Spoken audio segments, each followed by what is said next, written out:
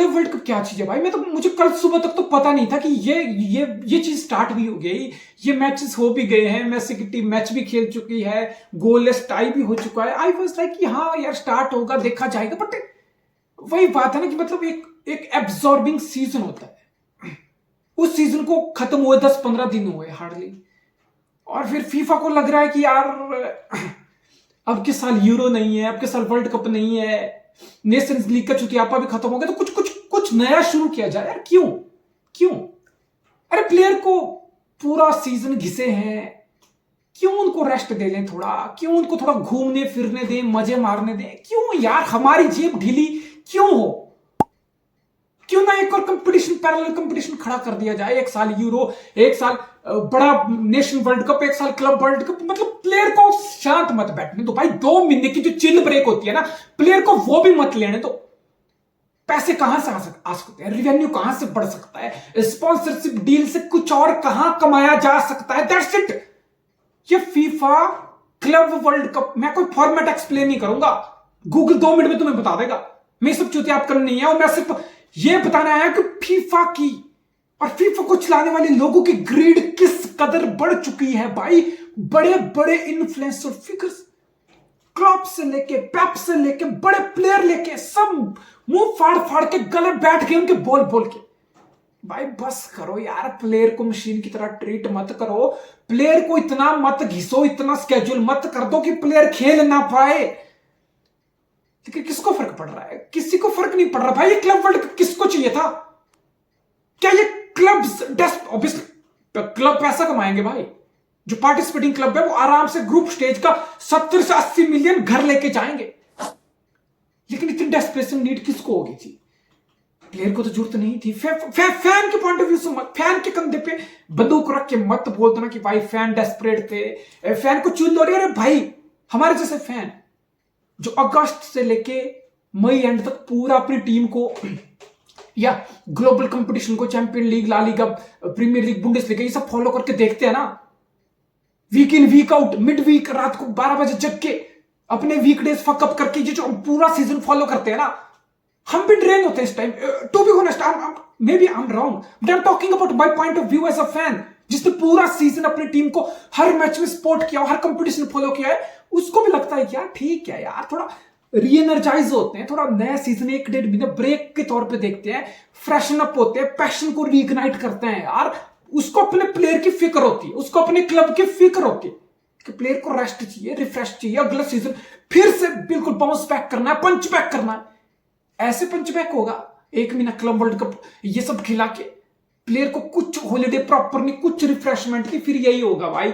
फिर अगस्त और सितंबर में ही, पिछले 2-3 साल से क्या हो रहा है, अगस्त और सितंबर में ही बड़े बड़े प्लेयर को सीजन एंडिंग इंजरीज हो रही हैं। फिट प्लेयर, प्रॉपर प्लेयर, अगस्त सितंबर सीजन स्टार्ट होता है, प्लेयर 4-4 महीने के लिए बाहर हो रहे हैं। तो फिर ये इसी चीज का, इसी वर्कलोड का नतीजा है। Nobody gives a damn about it man, nobody gives a dam. और फिर मैंने कल रात को मैच देख लिया, बिकॉज हम तो फुटबॉल फैन है भाई। फिर हम फॉलो कर लेंगे तो हम कर रहे हैं। फिर तो बायर्न म्यूनिख ने ऑकलैंड, न्यूजीलैंड से भाई, एक साइड ऑफ द ग्लोब से दूसरी side of the globe US से गई टीम, और क्या यार बायर्न म्यूनिख ने 10 गोल पहले दिए भाई। ये किस लेवल का कंपटीशन है? ये बार्सिलोना जैसी टीम जो प्रॉब्ली इस साल यूरोप की मतलब one of the best team, top 2 team में आएगी, वो team La Liga champion, super Copa champion, champion league की सेमीफाइनल, वो टीम को इस कंपटीशन में जगह नहीं है। ऑकलैंड सिटी, फलानी सिटी, ये उठा लो वो उठा लो।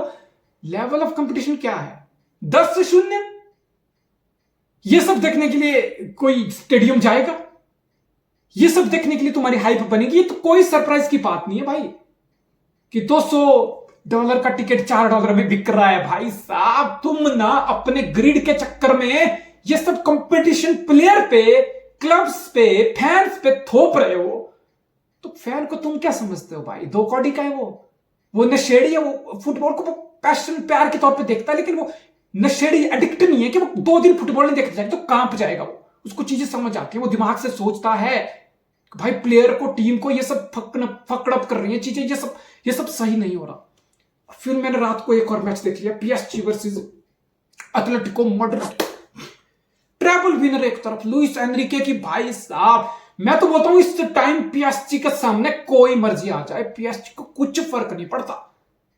दे are ruthless, they are flawless, they are playing like a dream. Buildup, वाह भाई, बितिनिया, फेबियन रूइज दोनों बिल्डअप के टाइम ड्रॉप टिप करते हैं। What does this mean? दोनों fullback freedom, Nuno Mendes invert करता है तो क्वारात्स्खेलिया बिट होल्ड करता है, अशरफ हकीमी फुलर वाइड जाता है, वितिनिया और फेबियन रूइज, भाई साहब what a midfield, then Joao Neves drop deep, linking up the play, doing the buildup, providing the control, stability, ball possession in the middle, and then in the final third, Fabian Ruiz arrives in those small pockets.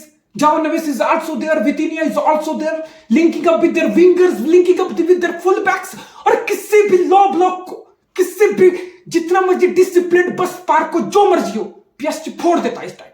That's PSG for you. That's Luis Enrique's peak football. It's absolutely fucking crazy, madness, proper football, proper, no nonsense football, and total ruthless football.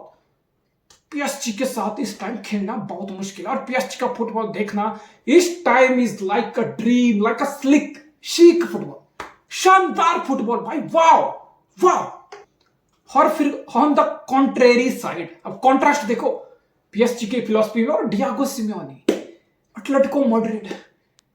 मुझे पता नहीं ऐसा क्यों लग रहा है कि यार ये डियागो सिमियोनी का फुटबॉल अब सस्टेनेबल नहीं है। इसका पीक हमने देख लिया, इसका पीक 2014 में ला लीगा, 2014 में वो रामोस का 94th मिनट में header, they were seconds away from winning the champion league. फिर 2016 में फिर से रियल मैड्रिड से पेनल्टी शूटआउट में चैंपियन लीग के फाइनल की हार, 3 साल में 2 फाइनल, 14 में ला लीगा, 20 में La Liga. I think that was the prime days of Diego Simeone, at least at Atletico Madrid. अब कुछ सालों से क्या हो रहा है भाई? कुछ नहीं हो रहा, तुम्हारी रिक्रूटमेंट भी क्वेश्चनेबल है। तो मुझे लग रहा है कि यार एटलेटिको मैड्रिड को चीजें रिफ्रेशन अप करने की जरूरत है, मूव ऑन करने की जरूरत है। स्पोर्टिंग डायरेक्टर हो, स्काउट्स हो, इवन मैनेजर हो, let's make a move on. Fresh ID की बहुत सख्त जरूरत है, अच्छी स्काउटिंग की, रिक्रूटमेंट की, फिर से चीजों को फ्रेशन अप करने की जरूरत है भाई। बहुत हो गया यार, mid to low block, long ball वाला फुटबॉल, काउंटर अटैक वाला फुटबॉल, फिजिकलिटी ब्रूटैलिटी के साथ टेनेस्टी वाला फुटबॉल नहीं यार, नहीं चीजें काम कर रही। You have to draw a line.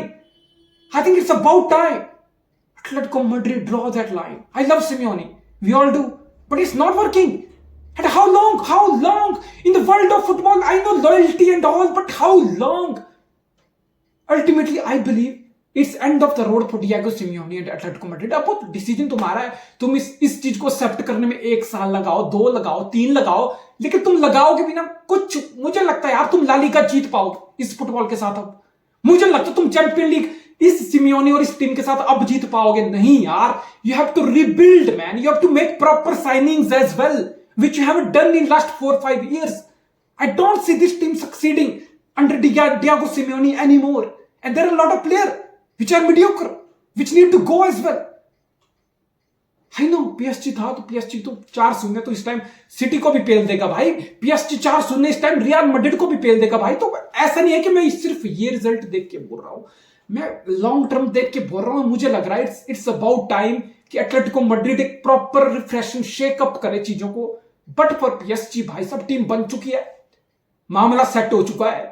Individual superstar को खरीदने के बजाय एक कलेक्टिवली यंग अच्छे खासे पोटेंशियल प्लेयर की टीम बना के एक अच्छा मैनेजर ला के अब तुम सेट हो भाई। अब पीएसजी को देखो भाई, पीएसजी सेट है भाई।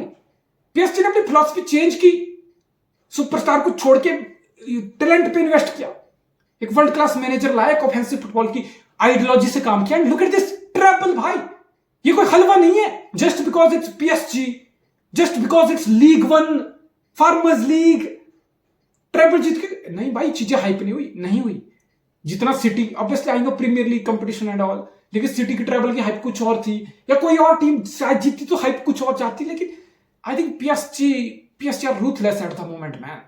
दे for me they are the favourite along with Real Madrid. ये दोनों टीमें इस irrelevant FIFA club world cup competition की बहुत बड़ी फेवरेट है।